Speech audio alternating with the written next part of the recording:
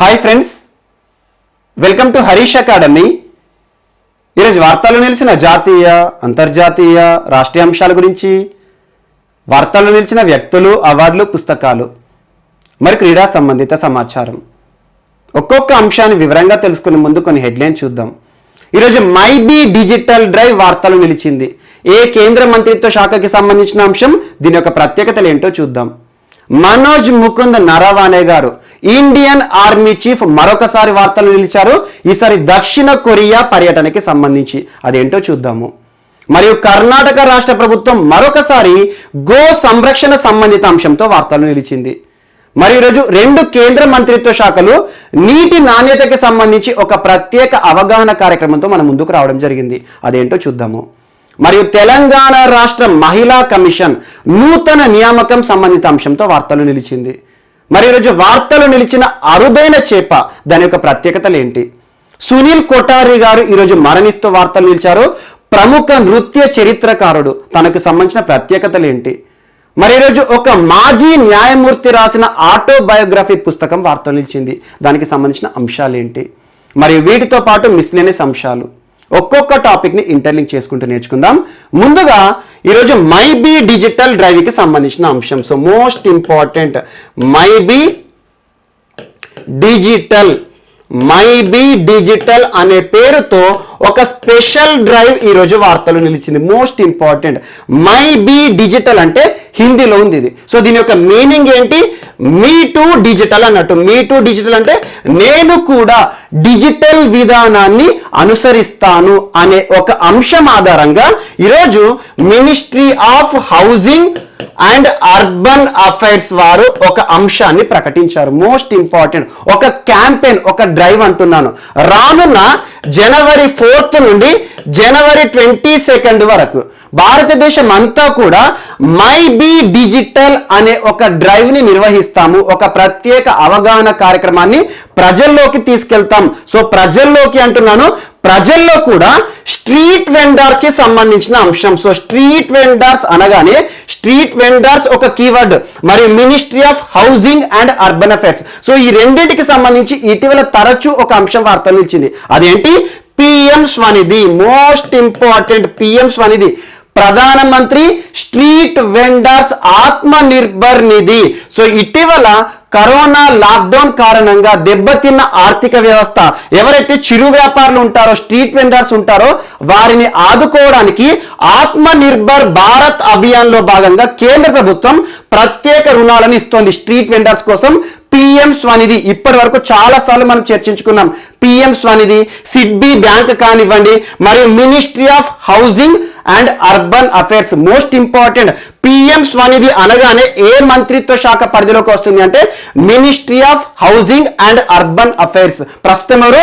హర్దీప్ సింగ్ పూరి గారు. అలా PM Svanidhi programme లో భాగంగా ఒక ప్రత్యేక అవగాహన కార్యక్రమాన్ని జనవరి 4th నుండి జనవరి 22nd మధ్యలో దేశవ్యాప్తంగా కూడా ఒక డ్రైవ్ రూపంలో నిర్వహిస్తామని చెప్పారు. అంటే ఏంటంటే ఈ పిఎం స్వనిధి కింద ఎవరైతే రుణాలు తీసుకున్నారో ఇప్పటి వరకు దాదాపు 10 లక్షల మంది దేశవ్యాప్తంగా పిఎం స్వనిధి ప్రోగ్రాం ద్వారా లబ్ధి పొందుతున్నారు. అలాంటి వారందరినీ దృష్టిలో ఉంచుకొని కేంద్ర ప్రభుత్వం అందరూ కూడా డిజిటల్ విధానాన్ని పాటించండి అంటే ఏంటంటే ఈరోజు చిరు వ్యాపారుల కోసం ఉద్దేశించిన పథకం పిఎం స్వనిధి.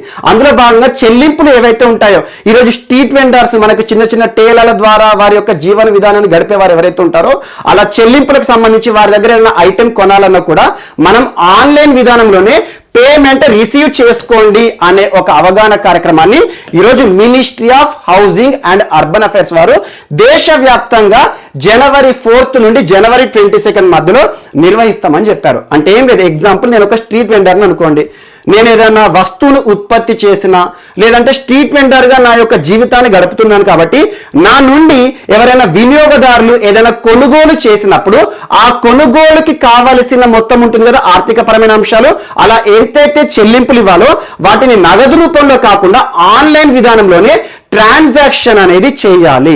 సో అలా దేశం మొత్తం కూడా డిజిటల్ ఇండియాలో భాగంగా మొత్తం డిజిటల్ ట్రాన్సాక్షన్ జరగాలి. సో డిజిటల్ ట్రాన్సాక్షన్ చేస్తే అయ్యేది ఏంటంటే మనకి టోటల్గా వైట్ మనీ అనేది ఉంటుంది, ప్రతి ఒక్క రూపాయి కూడా అకౌంటబుల్ అవుతుంది. సో అలాంటి ఉద్దేశాలను దృష్టిలో ఉంచుకొని మై బి డిజిటల్ అనే ఒక ప్రత్యేక క్యాంపెయిన్ సంబంధిత అంశంతో ఇటీవల ఏ మంత్రిత్వ శాఖ వార్తలు ఇచ్చింది అంటే ministry of housing and urban affairs. ప్రస్తుతం ఎవరు? హర్దీప్ సింగ్ పూరి గారు. Most important. అలా రానున్న జనవరి 4th నుండి జనవరి 22, 2021 సంవత్సరం దేశవ్యాప్తంగా డిజిటల్ ఎకానమీ కానివ్వండి, నగదు రహిత విధానం ఏ రకంగా మనకు లాభం కలుగుతుందని చెప్పేసి ఈ స్ట్రీట్ వెండర్స్ అందరికీ కూడా ఒక ప్రత్యేక అవగాహన కార్యక్రమాలను నిర్వహిస్తారు. Most important. నేరుగా అడిగే ప్రశ్నలు ఏంటంటే ఈ రోజు వార్తలు నిలిచిన మై బి డిజిటల్, సో పేరులోనే ఉంది మీ టు డిజిటల్, నేను కూడా డిజిటల్ విధానంలోకి వస్తాను. ఎవరు? Street vendors. ఏ మంత్రిత్వ శాఖ పరిధిలోకి సంబంధించిన అంశం అంటారు? So ministry of housing and urban affairs. ఏ ప్రోగ్రామ్ లో భాగంగా అంటారు? PM Svanidhi. So PM Svanidhi acronym గుర్తుంచుకోండి. ప్రధానమంత్రి స్ట్రీట్ వెండర్స్ ఆత్మ నిర్భర్ నిధి. ఇప్పుడు ఏదైతే లాక్డౌన్ కాలంగా ఎవరైతే స్ట్రీట్ వెండర్స్ ఆర్థిక పరంగా నష్టపోయారో వారికి 10,000 రూపాయలు రుణాలు ఇస్తున్నారు. సో అన్ని అంశాలు మనం చూసాం. ఇటీవల కాలంలో పిఎం స్వనిధికి సంబంధించి ఏ రాష్ట్రాలు టాప్ ప్లేస్ లో ఉన్నాయి, పిఎం స్వనిధి యాపే కానివ్వండి, పిఎం స్వనిధి ప్రోగ్రామ్ లో భాగంగా కేంద్ర మంత్రిత్వ శాఖతో ఇటీవల కుదుర్చుకున్న ఒప్పందాలు కానివ్వండి, చాలా అంశాలు మనం చూసాం. అందులో భాగంగా ఈరోజు మై బి డిజిటల్ కూడా యాడ్ చేసుకోండి. Most important. అండ్ నెక్స్ట్ ఈరోజు మనోజ్ ముకుంద్ నరవనే గారు మరొకసారి వార్తలు నిలిచారు. Most important personality. ప్రస్తుతం Indian army chief, Indian army boss. మనకు త్రివిధ దళాల్లో ఆర్మీ అనేది ఇంపార్టెంట్. సో అలా Indian army chief Manoj Mukund Naravane garu ఇటీవల చాలా ముఖ్య అంశాలతో వార్తలు నిలిచారు. అందులో ఒకటి, నేపాల్ కి సంబంధించి ప్రతిష్టాత్మక సైనిక పురస్కారాన్ని పొందారు. ప్రస్తుతం నేపాల్ అధ్యక్షురాలు విద్యాదేవి భండారి గారి చేతుల మీదుగా. Most important. మరియు దేశంలోనే మొట్టమొదటిసారి ఒక ఆర్మీ అధికారి, ఆర్మీ చీఫ్ యుఏఈ మరియు సౌదీ అరేబియా దేశాలను పర్యటించడం జరిగింది. So most important. లాస్ట్ ఒక 1 వీక్ బ్యాక్ మనం చూసాము. మీకు పీడిఎఫ్ లో కూడా దీనికి సంబంధించి టోటల్ ఇన్ఫర్మేషన్ ఇచ్చాను. మనం ఎక్స్ప్లెనేషన్ లో కూడా చూసాం.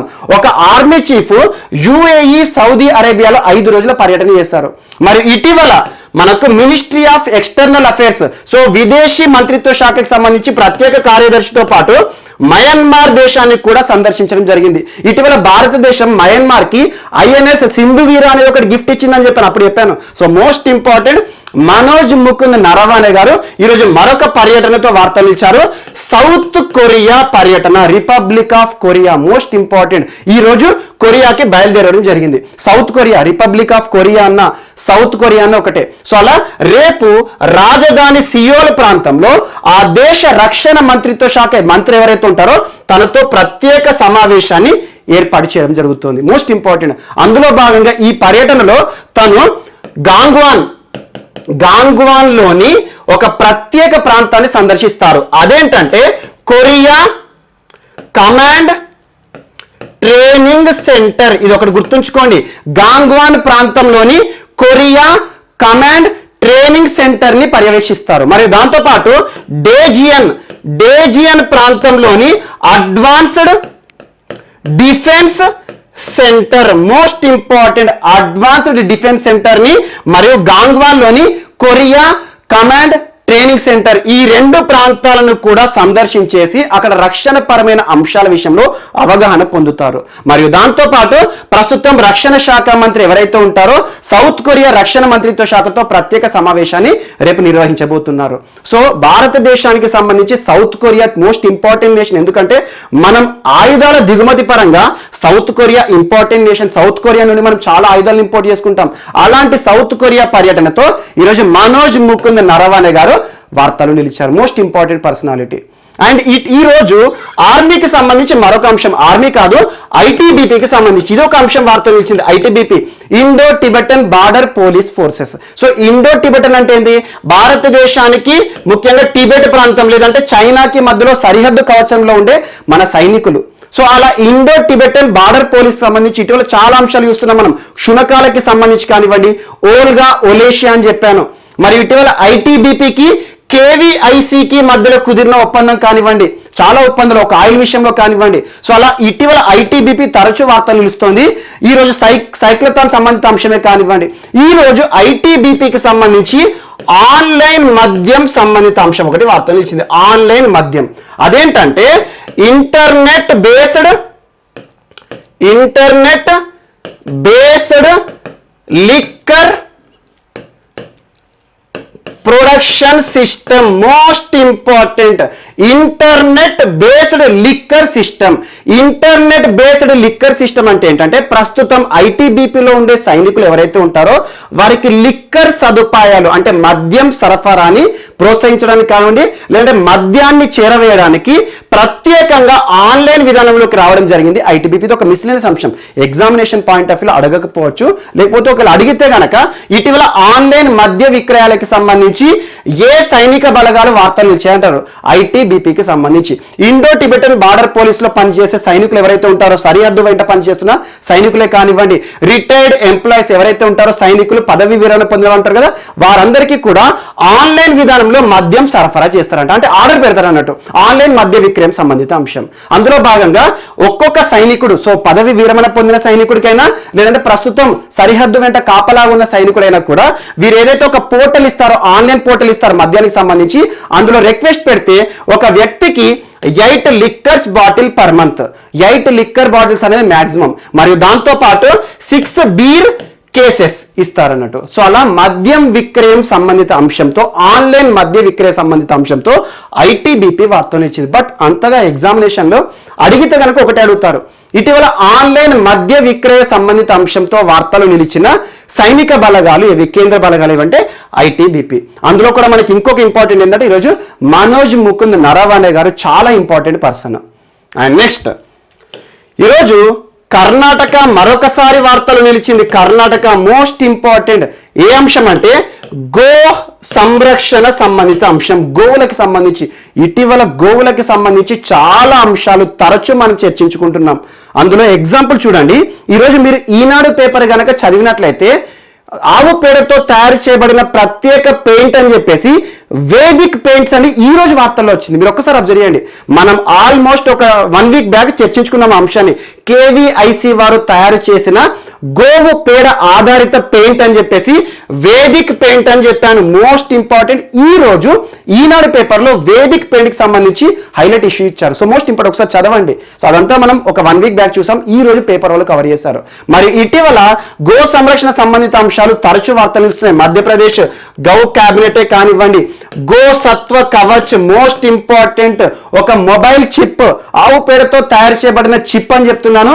మొబైల్ ఫోన్ లో రేడియేషన్ కూడా తగ్గిస్తుంది. సో అలా గోసత్వ కవచ్ గురించి చూసాం, ప్రత్యేక కాన్సెప్ట్.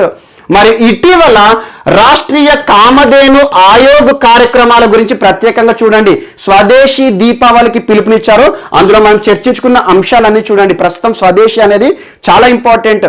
మరియు ఇటీవల ఏ రాష్ట్రాలు, యూపీ కానివ్వండి, మధ్యప్రదేశ్ కానివ్వండి, ఒక దేశం కూడా వార్త నిలిచింది, శ్రీలంక. మోస్ట్ ఇంపార్టెంట్, శ్రీలంకలో గోవధ నిషేధ చట్టాన్ని అమలు చేస్తున్న ప్రస్తుతం దేశంలో ఏ మూలన కూడా ఏ ఒక్క గోవును కూడా వధించకూడదు, చంపకూడదు, చంపితే వారిపైన కఠిన శిక్షలను కూడా ప్రయోగిస్తున్నారు. అలా ఒక దేశమే కానివ్వండి, ఈ అంశాలన్నీ చూడండి. తరచూ మీకు ఈ అంశాలన్నీ రిపీట్ చేస్తున్నాను, ఎందుకంటే గోవులకి సంబంధించి రానున్న పోటీ పరీక్షలో ఖచ్చితంగా 1 లేదా 2 ప్రశ్నలు అడుగుతారు. ఈరోజు కర్ణాటక రాష్ట్రం మరొకసారి వార్తలు ఇచ్చింది. మరొకసారి అని ఎందుకు అంటున్నానంటే, జస్ట్ ఎగ్జాంపుల్ మనము 15 డేస్ బ్యాక్ ఒక అంశాన్ని చెప్పాను. కర్ణాటక రాష్ట్ర ప్రభుత్వం ప్రత్యేకంగా ఒక బిల్లును రూపకల్పన చేస్తోంది కౌస్ కి సంబంధించి ప్రొటెక్షన్ ఇచ్చే ఉద్దేశంతో. అదేంటంటే prevention of slaughter and preservation of cow bill 2020. Most important, ఇది ఒకటి గుర్తుంచుకోండి. ప్రివెన్షన్ ఆఫ్ స్లాటర్ అంటే వధను నిషేధించడం. దేని వధను? గోవధను. సో అలా prevention of slaughter and preservation of cow bill సంబంధిత అంశంతో ఇటీవల వార్తలు నిలిచిన రాష్ట్రం కర్ణాటక. ఈ బిల్లులో పొందుపరచబడిన 10 అంశాల గురించి మనం చర్చించాం. ఒకసారి చూడండి. 12 years లోపు ఉండే ఆవు ఏంటి, ఏ రకంగా సంరక్షణ చర్యలు తీస్తారు, ఎవరైనా యంగ్ గోవుని గనక చంపారనుకోండి ఎలాంటి శిక్షలకు అర్హులవుతారు, ఇలాంటి అంశాలని మనం చూసాం. ఈ రోజు అధికారికంగా కర్ణాటక రాష్ట్ర ప్రభుత్వం రూపకల్పన చేసిన ప్రత్యేక బిల్లు మనకి prevention of slaughter and preservation of cow bill 2020ని రాష్ట్ర కేబినెట్ ఆమోదం కూడా తెలిపింది. అతి త్వరలో ఇది అమల్లో కూడా రాబోతోంది. మరొకసారి ఈ అంశం వార్తలు ఇచ్చింది, ఒక్కసారి రివైజ్ చేసుకోండి. మనం ఎర్లియర్ గా దీనికి సంబంధించి డీటెయిల్ గా చూసాము. ఈరోజు గో సంబంధిత అంశంతో మరొకసారి కర్ణాటక వార్తలు ఇచ్చింది. యాక్చువల్గా ఈ రోజు చాలా అంశాలు వార్తలు ఇచ్చాయి, అవన్నీ మనం నిన్నటి క్లాస్ మీద కవర్ చేసుకున్నాం. ఎగ్జాంపుల్ ఢిల్లీకి సంబంధించి మెట్రో మెజెంటా లైన్ అని చెప్పాను 37 కిలోమీటర్స్ సంబంధించి డ్రైవర్ రహిత మెట్రో సంబంధిత అంశం నిన్న క్లాస్లో టోటల్గా మనం చర్చించుకున్నాం. భారత ప్రధాని నరేంద్ర మోదీ గారు 28 డిసెంబర్ అంటే రేపు ప్రారంభిస్తారని చెప్పేసి నిన్న క్లాస్లో చెప్పాను, అదొకటి కవర్ అయిపోయింది. మరియు 100వ కిసాన్ ట్రైన్ మోస్ట్ ఇంపార్టెంట్, ఈరోజు భారత ప్రధాని ప్రారంభించడం జరిగింది. నిన్న క్లాస్లో ఇదంతా కవర్ చేసేసాము. మరియు దాంతో పాటు ఇటీవల ఏవైతే వార్తలు ఇస్తున్నామో మనం కొంచెం అడ్వాన్స్గా కవర్ చేసుకుంటున్నాం. అవి ఏవైతే వార్తలు ఇస్తున్నాయో మీకు ఒకసారి ఇండికేషన్ ఇస్తున్నాను, ఒకసారి రివైజ్ చేయండి. సో మోస్ట్ ఇంపార్టెంట్ ఈరోజు గో సంరక్షణ సంబంధిత అంశంతో కర్ణాటక మరొకసారి వార్తలు నిలిచింది. అండ్ నెక్స్ట్ ఈరోజు మరొక అంశము ఏపీ మరియు తెలంగాణలో #1 coaching centre Harish the best academy. Christmas మరియు న్యూ ఇయర్ సందర్భంగా అందిస్తోంది అన్ని ఆన్లైన్ కోర్సులపై భారీ discount. Group 2, SI, constable, RRB, NTPC అన్ని కోర్సులపై ఈ డిస్కౌంట్ ఆఫర్ డిసెంబర్ 25 నుండి జనవరి 2 వరకు మాత్రమే. మరెందుకు ఆలస్యం, వెంటనే గూగుల్ ప్లే స్టోర్ నుండి Harish the best academy app ను డౌన్లోడ్ చేసుకోండి. Harish the best academy. Phone 8341116915. So ఈరోజు మన నెక్స్ట్ టాపిక్ వచ్చేసి రాష్ట్రీయ అంశాలు. సో రాష్ట్రీయ అంశాల్లో భాగంగా తెలంగాణకి సంబంధించి ఒక అరుదైన చేప ఈరోజు వార్తలు నిలిచింది. అరుదైన చేప అంటున్నాను, ఒక రేర్ ఫిష్, అత్యంత అరుదుగా గంగా నది పరివాహిక ప్రాంతంలో మాత్రమే కనబడే ఒక చేప ఆనవాలు ఈరోజు తెలంగాణ రాష్ట్రంలో కనిపించడం జరిగింది. సో మోస్ట్ ఇంపార్టెంట్ ఈ చేపకి సంబంధించి వివరాలు ఇప్పుడు చూద్దాం. ఈ చేప పేరు ఏంటంటే కొరికా సొబోర్నా. పేరు గుర్తుంచుకోండి.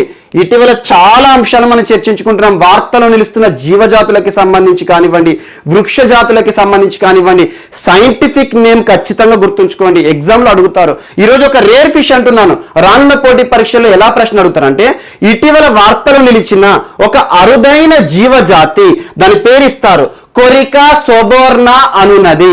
ఒక చేపన, ఒక కప్పన, లేదంటే ఒక తిమింగలమా, ఒక పామ, ఇలాంటి ప్రశ్నలు అడుగుతారు. సో కొరికా సొబోర్నా అనున్నది ఒక రేర్ ఫిష్, అత్యంత అరుదుగా గంగా నది పరివాహిక ప్రాంతంలో కూడా ఎక్కడో ఒక దగ్గర ఎప్పుడో ఒకసారి కనిపించే ఒక అరుదైన చేప ఈరోజు తెలంగాణ రాష్ట్రంలో కనిపిస్తూ వార్తలు నిలిచింది. దీనికి సంబంధించి పరిశోధనలు ఎవరు చేశారంటే ఉస్మానియా యూనివర్సిటీ శాస్త్రవేత్తలు ఇటీవల చేసిన పరిశోధనలో భాగంగా ఈ రేర్ ఫిష్ యొక్క ఆనవాలను ఎక్కడ కనుగొన్నారు అంటారు. సో మోస్ట్ ఇంపార్టెంట్ ప్రాణహిత నదిలో. సో ప్రాణహిత నది అనగానే మనకు గుర్తుకు రావాల్సిన మేజర్ రివర్ గోదావరి నది.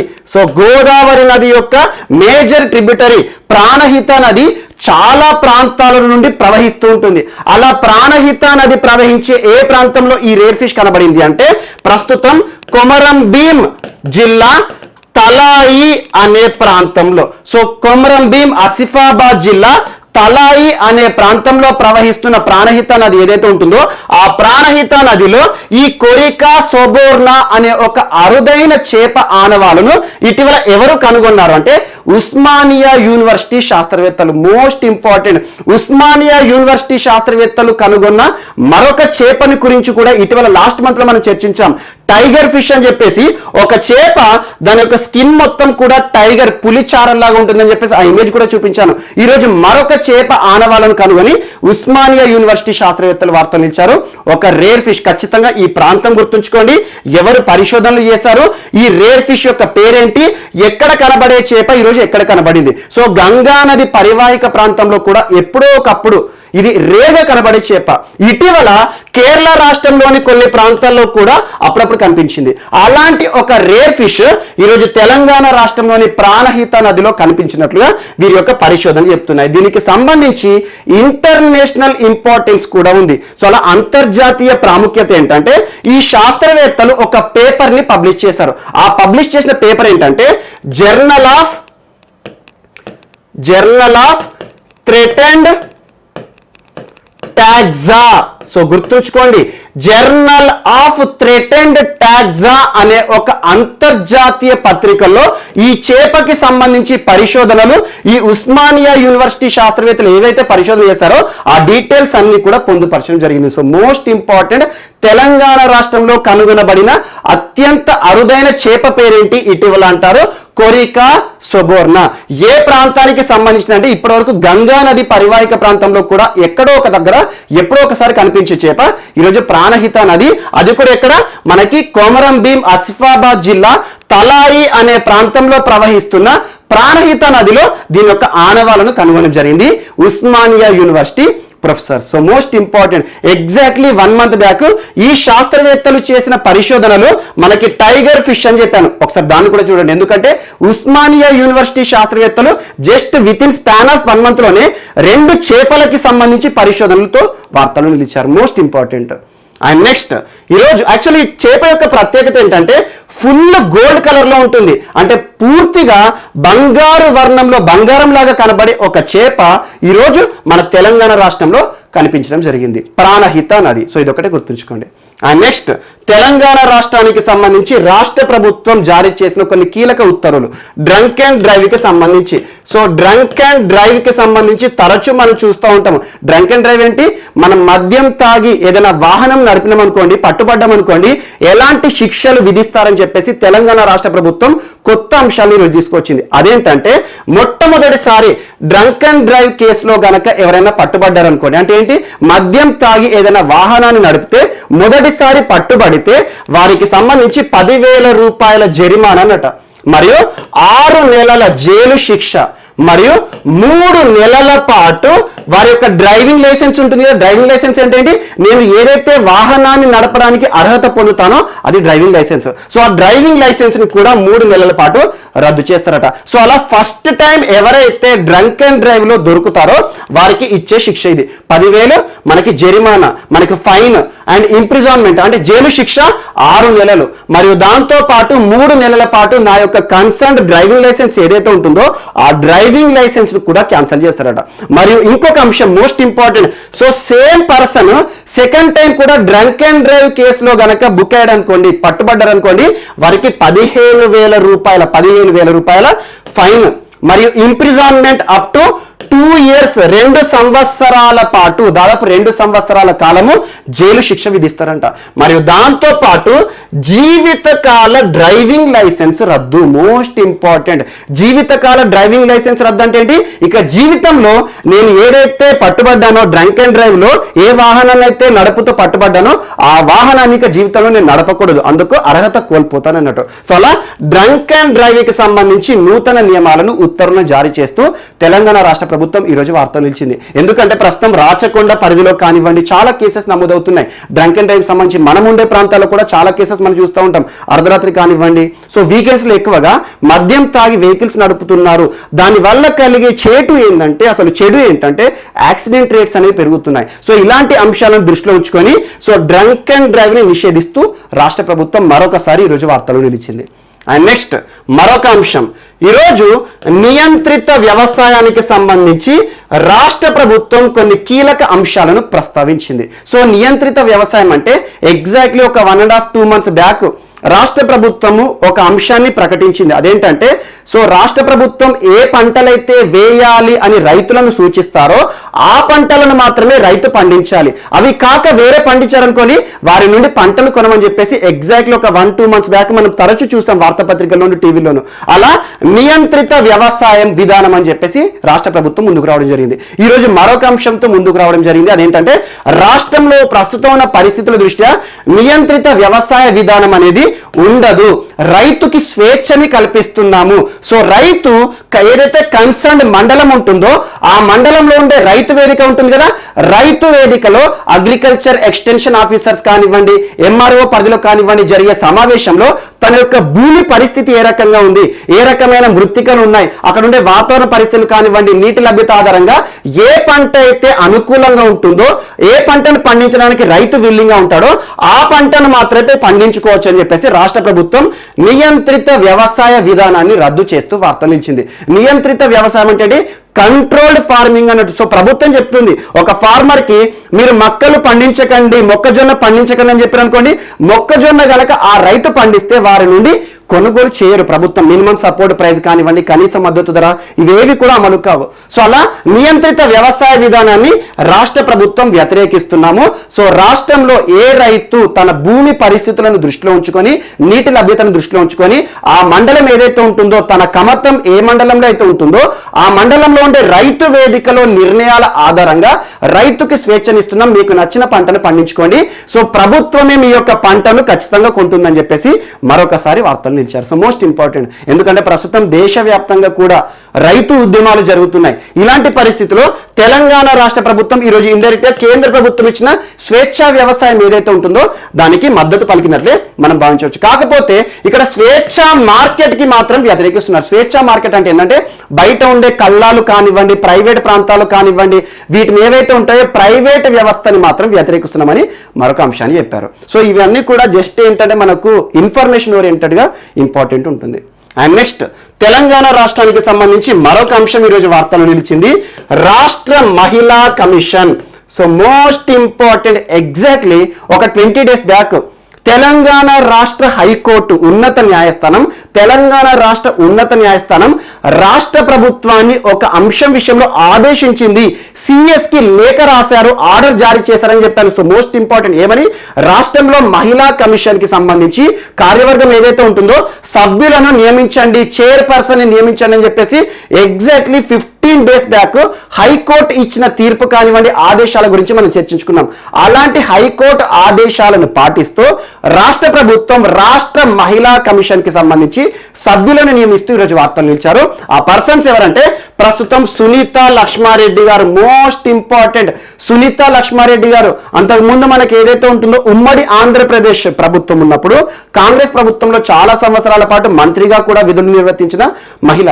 సో సునీత లక్ష్మారెడ్డి గారు ప్రస్తుతం తెలంగాణ రాష్ట్రంలో రాష్ట్ర మహిళా కమిషన్ చైర్పర్సన్ గా నియమించబడుతూ వార్తలు నిలిచారు. మోస్ట్ ఇంపార్టెంట్, తనతో పాటు మరొక 6 వ్యక్తులను కూడా రాష్ట్ర మహిళా కమిషన్ సభ్యులుగా నియమిస్తూ రాష్ట్ర ప్రభుత్వం ఉత్తర్వులు జారీ చేసింది. అందులో first person Padma, second Shaheena Afroz, third Eshwaribai, fourth Umadevi Yadav, fifth Lakshmi, sixth Revathi Rao. So వీరందరి పేర్లు అడగరు, కాకపోతే తన పేరు మాత్రం అడుగుతారు. సునీత లక్ష్మారెడ్డి గారి పేరును మాత్రం ఖచ్చితంగా అడుగుతారు. ఎందుకంటే రాష్ట్ర మహిళా కమిషన్ అనేది చాలా ఇంపార్టెంట్. ఎందుకంటే రాష్ట్రంలో మహిళలకి సంబంధించి కానివ్వండి, వారి యొక్క సంరక్షణ చర్యలకి సంబంధించి ఒక అధికారాలు ఉండే సంస్థ రాష్ట్ర మహిళా కమిషన్ కి నూతన చైర్పర్సన్ గా వార్తలు నిలిచిన వ్యక్తి రాష్ట్ర ప్రభుత్వం ఎవరిని నియమించింది అంటే సునీత లక్ష్మారెడ్డి, మాజీ రాష్ట్ర మంత్రి కాంగ్రెస్ ప్రభుత్వంలో. సో ఎన్ని సంవత్సరాల పాటు వీరి యొక్క బాధ్యత ఉంటుంది, ఎన్ని సంవత్సరాల పాటు వీరి పదవి ఉంటుంది అంటే 5 సంవత్సరాల పాటు, రానున్న 5 ఏళ్ల పాటు వీరు వారి యొక్క విధులు నిర్వర్తించబోతున్నారు. 1+6 7 మెంబర్స్. సో ఈ 7 మెంబర్స్ లో ఈ పేర్లు ఏవైతే ఉన్నాయో జస్ట్ చూడండి ఒకసారి. సో సునీత లక్ష్మారెడ్డి గారు మాత్రం ఇంపార్టెంట్, ఎందుకంటే ప్రస్తుతం రాష్ట్ర ఉన్నత న్యాయస్థానం రాష్ట్ర హైకోర్టు ఇటీవల ఆంధ్రప్రదేశ్ తెలంగాణ రాష్ట్ర ప్రభుత్వాన్ని ఆగ్రహించింది కూడా.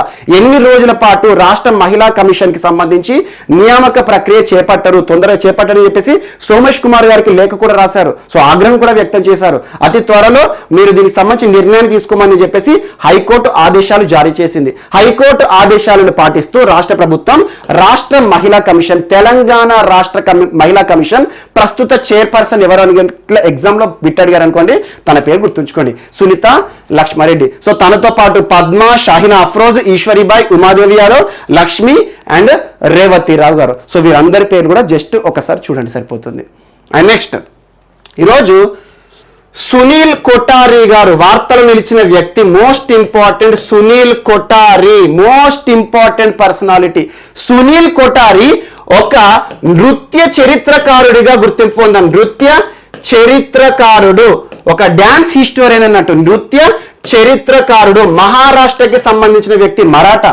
1933 1933 డిసెంబర్ 20వ తేదీన జన్మించారు. సో సునీల్ కొఠారి అనగానే మనకు గుర్తుకు రావాల్సిన పదం ఏంటంటే, తను ఏ రంగంలో గుర్తింపు పొందాడంటే ఒక నృత్య చరిత్రకారుడు, నృత్య చరిత్రకారుడు మరియు విమర్శకులు కూడా చాలా అంశాలపైన ఏదైనా వర్ధమాన అంశాలు ఏదైనా వార్తలు నిలిచాయనుకోండి, ప్రభుత్వాలకు సంబంధించిన నిర్ణయం వచ్చినా కూడా వాటిని వ్యంగ్యాస్త్రాలు వేయడంలో తనకంటూ ప్రత్యేక గుర్తింపు ఉంది. సో అలా ఒక సునీల్ కోటారి గారు ప్రముఖ నృత్య చరిత్రకారుడు ఈరోజు మరణిస్తూ వార్తలు నిలిచారు.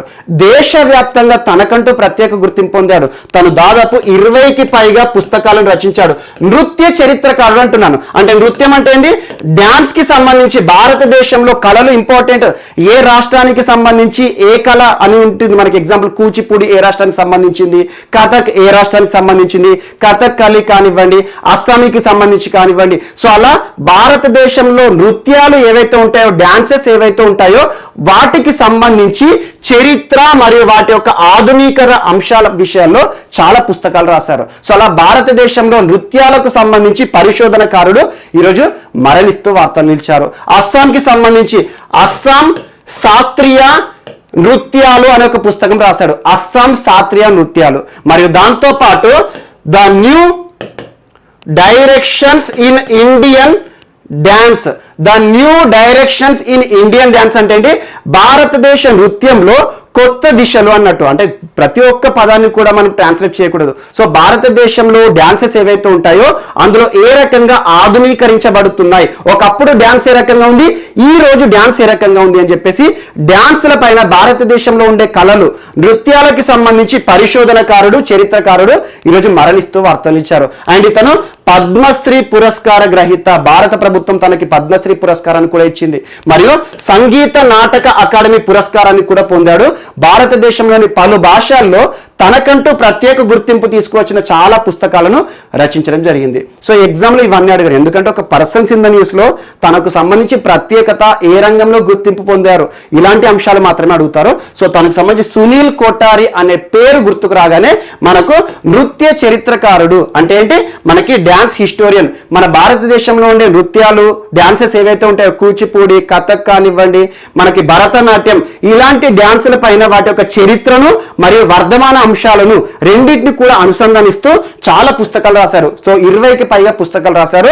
అందుకు కాను కేంద్ర ప్రభుత్వం సంగీత నాటక అకాడమీ పురస్కారాన్ని కూడా ఇవ్వడం జరిగింది. So most important. మరి దాంతోపాటు పద్మశ్రీ పురస్కారం కేంద్ర ప్రభుత్వం ప్రతిష్టాత్మక ఇచ్చి తనను గౌరవించడం జరిగింది. సో నేరుగా గుర్తుంచుకోండి, సునీల్ కోటారి మహారాష్ట్రకి సంబంధించిన వ్యక్తి ఈరోజు మరణిస్తూ వార్తలు ఇచ్చారు. యాక్చువల్ గా 1 month బ్యాక్ తనకి కోవిడ్ రావడం జరిగింది. సో అలా కోవిడ్ నుండి కోలుకొని అనారోగ్య సమస్యలతో ఈరోజు మరణిస్తూ వార్తలు నిలిచారు.